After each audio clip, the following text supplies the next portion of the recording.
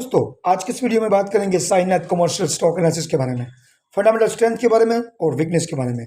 7 महत्वपूर्ण फैक्टर से हम जानेंगे साईनाथ कमर्शियल जो पेनी स्टॉक है 0.58 पैसा ट्रेड कर रहा है। इसमें अगर आप इन्वेस्टमेंट करोगे तो अगले 2 साल में क्या आपका 6 गुना 7 गुना प्रॉफिट मिलेगा या नहीं मिलेगा। पिछले 1 साल में हमने काफ़ी सारे फंडामेंटल एनालिसिस किए, कार्ल ट्रेड है, पेटीएम है और नाइका जैसे स्टॉकों में काफ़ी सारे लोगों के लॉस बचाए और काफ़ी सारे अच्छे भी स्टॉक्स है जिसमें पैसे कमाने की हमने अपॉर्चुनिटी भी इस 7 फैक्टर से दी है। तो कृपया करके एंटर फॉर यू में जाके आप देख सकते हैं। तो चलिए शुरू करते हैं। सबसे पहले दोस्तों जो फैक्टर्स देखते हैं, साईनाथ कमर्शियल करती क्या है, बिजनेस क्या करती है। बिजनेस की बात करें दोस्तों, यहाँ पे फाइनेंशियल सर्विसेज है, तो यहाँ पे कमर्शियल फाइनेंस यहाँ पे सर्विस प्रोवाइड कर रही है साईनाथ।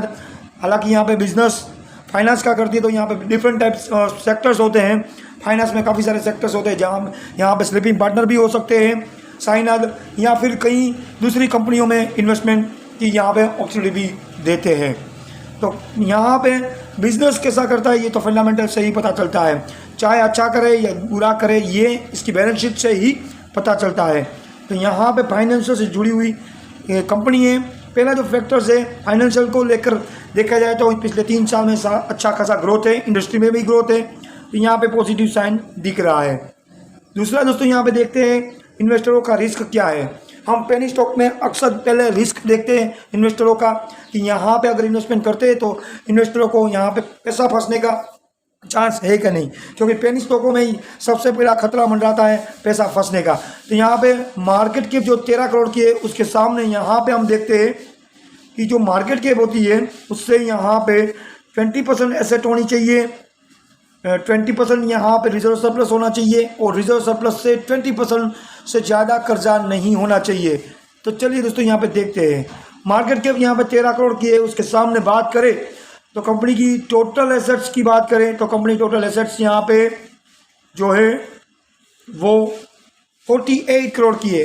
काफ़ी अच्छी यहाँ पे एसेट्स यहाँ पे साईनाथ कमर्शियल की है, 20% से ज़्यादा ही है। साथ ही साथ हम जो देखते हैं ये आप महत्व का है, रिजर्व सरप्लस 29 करोड़ का रिजर्व सरप्लस है, उसके सामने आप देखें तो 20% से ज़्यादा कर्जा नहीं है, यानी कि आप 6.25 करोड़ का कर्जा है, 20% से ज़्यादा कर्जा नहीं है। तो यहाँ पे जो दूसरा फैक्टर्स जो है वो पॉजिटिव साइन कर रहा है।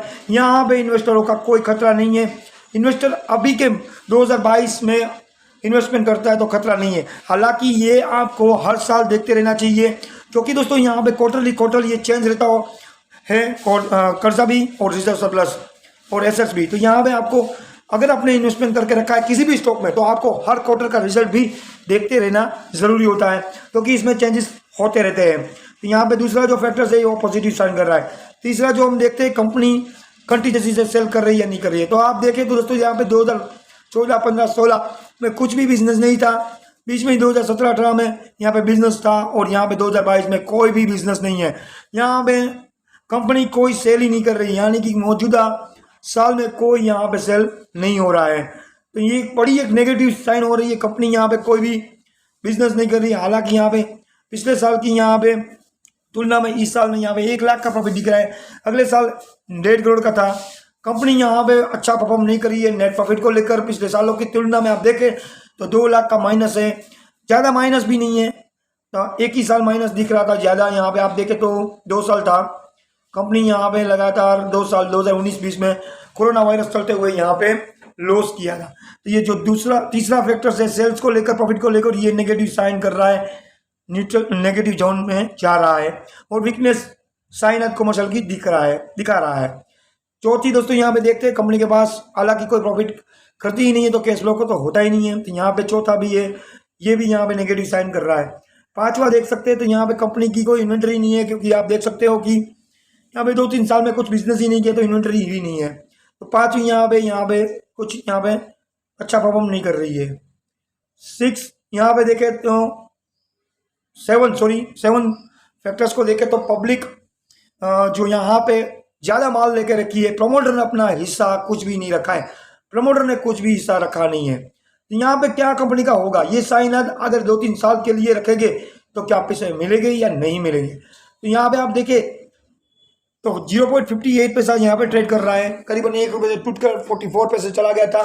ये स्टॉक की बात करें तो यहाँ पे सेल्स नहीं है, प्रॉफिट नहीं है, हालांकि यहाँ पे मार्केट के एसेट्स को लेकर, रिजर्व सरप्लस को लेकर मजबूती है और कर्जा भी 6.25 करोड़ का है। अगर कंपनी यहाँ पे 2023-24 में प्रॉफिट करती है तो पहले कर्जा चुकाएगी और फिर बाद में ये स्टेबल होगी। तो मेरा मानना है कि ये स्टॉक में आप ज़्यादा पैसे मत डालें। अगर ये 50 पैसा आता है तो 1000 रुपये डालकर भूल जाए। क्यों 1000 रुपये डालने की मैं आपको सलाह दे रहा हूँ? क्योंकि ऐसे स्टॉक में कहीं पे भी कुछ भी हो सकता है। कंपनी का कहीं नई ऑर्डर मिल सकते हैं, कहीं कंपनी, क्योंकि कंपनी का यहाँ पे रिस्क नहीं है, डूबने का चांस आपका नहीं है। हालांकि यहाँ पे अभी मौजूदा साल में, क्योंकि फंडामेंटल में देखें तो यहाँ पे मार्केट कैप, टोटल एसेट्स और रिजर्व सरप्लस यहाँ पे स्ट्रेंथ दिखाई दे रहे हैं। इस स्टॉक में मैं इन्वेस्टमेंट करने के लिए सलाह दूंगा सिर्फ दोस्तों 1000 रुपये से लेकर 2000 रुपये, क्योंकि दोस्तों इसमें काफ़ी बड़ी बल्ड डील है और बल्ड डील हो रही है। तो यहाँ पे काफ़ी जो यहाँ पे हलचल हो रही है पिछले 6 महीने से, तो इस स्टॉक में आपको यहाँ पे 1 रुपये 1.5 रुपये तक जाने की संभावना रहेगी।